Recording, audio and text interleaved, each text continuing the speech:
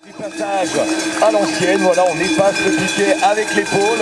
Alors bien évidemment le ski a terriblement évolué, mais on peut saluer ces deux ouvreurs qui font la trace donc pour les grands champions qui vont s'élancer à l'entrée du mur. Moi je vois déjà beaucoup de monde tout le long de ce stade de slalom, de ce stade tout à l'heure.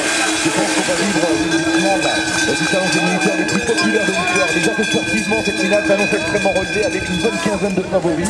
Et bien là on s'aperçoit qu'il y a déjà énormément de monde pour assister au passage des ouvreurs. Les ouvreurs équipés avec le matériel des années 20, on les applaudit, on les encourage encore parce que, regardez, imaginez un peu ce à quoi on est cette année. Elle a encore gagné à 2 reprises. Elle a gagné également à Zagreb à l'occasion de l'un des plus beaux slaloms de l'hiver. Sandrine Aubert qui est en piste, on peut l'applaudir, on vous entend pas s'il vous plaît. Sandrine Aubert, 5e des Jeux Olympiques. Victorieux à la belle podium cet hiver. La première manche, il avait réalisé une deuxième manche d'anthologie pour s'imposer sur l'une des plus belles pistes du monde. Julien qui n'a jamais fait moins bien que 7e durant toute la saison en slalom. Julien Lizou, on l'applaudit, est avec lui. Sylvie Silvier qui a signé 3 top 10 cet hiver en slalom en Coupe du Monde. Et notamment à Wengen où il avait explosé la première manche avant malheureusement de sortir sur le bas. Il a le talent, il a le potentiel pour monter sur les podiums et pour s'imposer dans un avenir très proche. Sylvie Sillier du Grand tout l'hiver, notamment à Kranjska Gora et puis surtout à Tabadia, sur l'une des pistes les plus difficiles du monde. Et bien Cyprien est parvenu à décrocher un podium émouvant et exceptionnel sur la Grande Risa Tabadia. Cyprien Richard en piste de Morzine, on l'applaudit également, c'est l'un des 15 meilleurs géantistes au monde. Thomas Mermillot-Blondin, qu'on ne présente plus, il est né en 84. Thomas lui aussi à l'aise en géant qu'en slalom, excellent également en super combiné, 6e des championnats du monde à Val d'Isère en super combiné. Thomas Mermillot-Blondin, le Bournandin, sous vos applaudissements, on l'applaudit. De l'Élec c'est parti et Benjamin Boulou d'Alpe d'Huez au départ. Petite pause après le 25. Allez, Sylvain Léandre en piste avec le dossard 21, Sylvain à l'intermédiaire. C'est un bon intermédiaire pour Sylvain Léandre, 79 centièmes de retard pour le Jurassien par rapport à Nicolas Sauvage. Allez, Sylvain qui avait gagné la finale des stagiaires il y a de cela 3 ans à Avoria. Joël Chenal, vice-champion olympique de géant en 2006 à Turin, à 7 centièmes seulement de la médaille d'or, vainqueur également du plus beau géant de l'hiver, c'était Al Tabadia en 99. À l'intermédiaire, Jo, 2 dixièmes de retard seulement sur Nicolas Sauvage. Joël qui est dans le rythme. C'était l'objectif pour Sébastien.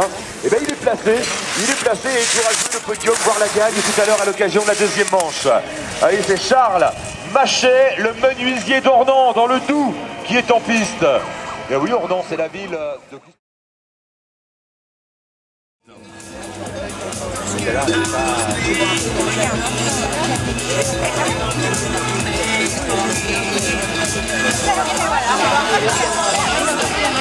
Bien voilà, même mésaventure que lors de la première manche, on a enfourché avec des skis bien sûr beaucoup plus longs que ceux utilisés par les slalomeurs aujourd'hui.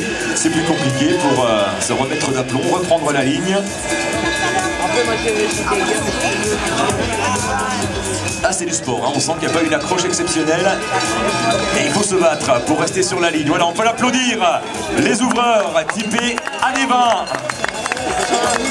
La piste est libre puisque le deuxième ouvreur en termine et c'est donc Ortiz Sommital, cher à notre ami Maurice Adret. Et voici donc Tessa Worley. Alors, je dis la géantiste du Grand Bornand, mais regardez, c'est une excellente slalomeuse également. Tessa Worley en piste, rien que pour vous.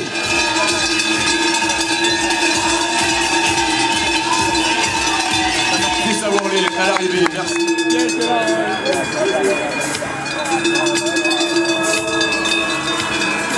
Sandrine Aubert, 5e des Jeux Olympiques, 4e de la Coupe du Monde de slalom cet hiver. Sandrine Aubert qui ont terminé aussi avec sa manche d'ouverture, la skieuse des 2 Alpes. Sandrine, et non, qui n'a pas manqué de bord, qui a tout passé. Et on peut l'applaudir, saluer également. C'est un polyvalent Thomas, aussi à l'aise en slalom qu'en géant et même en super combiné avec de gros progrès accomplis en vitesse. Thomas Mermillot-Blondin en piste.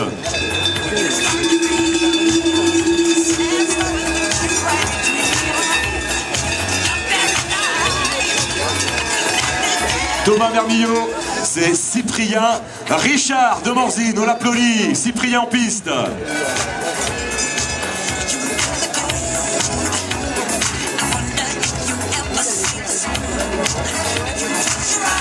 Cyprien Richard, le géantiste, solidement installé maintenant parmi les 15 meilleurs géantistes au monde et qui vise. Voilà Steve Missilier qu'on retrouve maintenant en haut du mur. Alors cette deuxième manche, vous le voyez, a été dictée sur la partie gauche de la piste. Steve Missilier en action. 3 top 10 en slalom cet hiver en Coupe du Monde de Steve Missilier. Il se rapproche des podiums et les podiums, on peut être certain que ce sera pour l'hiver prochain. Steve Missilier à l'arrivée de la tenue vestimentaire, il est là, Julien. Alors nous annoncer un Julien déguisé, eh bien non, Julien a gardé sa tenue de l'équipe de France de ski de la Fédération Française de Ski. Julien Liseroux, vainqueur à Delboden cet hiver, deuxième de la Coupe du Monde de Slalom. On peut l'applaudir, merci. Il y a un peu plus d'1 an, Frédéric Comilly qui passe à l'intermédiaire avec 1 centième d'avance sur Timothée Cereza. Et pour l'instant ça se passe bien pour Fred qui garde une ligne très très haute. On rappelle que Fred a été champion du monde junior en slalom, que c'est en slalom qu'il a obtenu ses premiers résultats en Coupe du Monde. Et là c'est bon pour Fred qui va passer la ligne avec une grosse avance. Le nouveau leader c'est lui. Attention puisqu'après Charles Lachet, eh bien ce sera Sébastien Sorel qui joue tout simplement la victoire dans ce challenge des moniteurs. Pour l'heure nous sommes avec Charles Lachet, le doubliste tournant qui représente l'école de ski français de l'Elex. Allez Charles, à l'arrivée, Charles Lachet, on va vous donner son temps et sa position surtout, il est 48e au chenal, 85 centièmes d'avance. Il est dans le deuxième pojo, le vice-champion olympique de Géant en 2019 chenal avec quelques extensions malheureusement au mur. Allez Joe, vainqueur du Coupe du Monde d'un géant à Altamagien 99, de la chenal, et s'il va pouvoir prendre la première ça va être juste Joe, il est 5 d'avance par rapport à Yannick Turel à l'issue de la première manche. Sylvain qui est à 28 centièmes à l'intermédiaire, 28 centièmes de retard, il a perdu donc 1 seconde par rapport à Yannick Turel et Sylvain. On se bat jusqu'au bout dans le mur, même si c'est difficile. Il a tout passé Sylvain. Même si c'est vrai que c'est plus compliqué maintenant avec cette visibilité qui est bonne. La faute intérieure, non c'est bon pour Sylvain. On l'applaudit parce qu'il s'est vraiment battu jusqu'au bout. Sylvain Léon à l'arrivée.